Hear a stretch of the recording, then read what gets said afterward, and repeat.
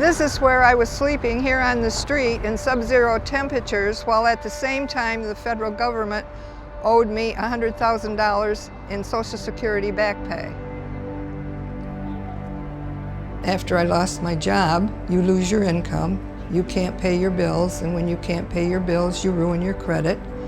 And when your credit is ruined, you can't even get back into another apartment. So that really put me on the street.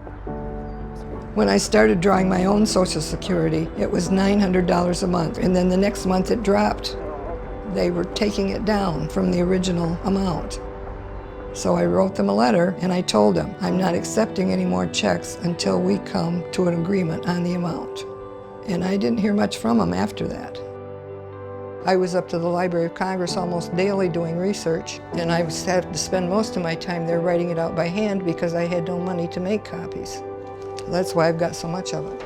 I had 3 pieces of luggage full of paperwork on a dolly. And on top of that, I had a sleeping bag, things like that. And of course, that meant taking them in and out of the shelter every night. They put me out of the shelter because I wouldn't throw my paperwork away. I remember seeing advertisements that AARP had a legal counsel for the elderly. I made an appointment and met with Daniela de la Pedra.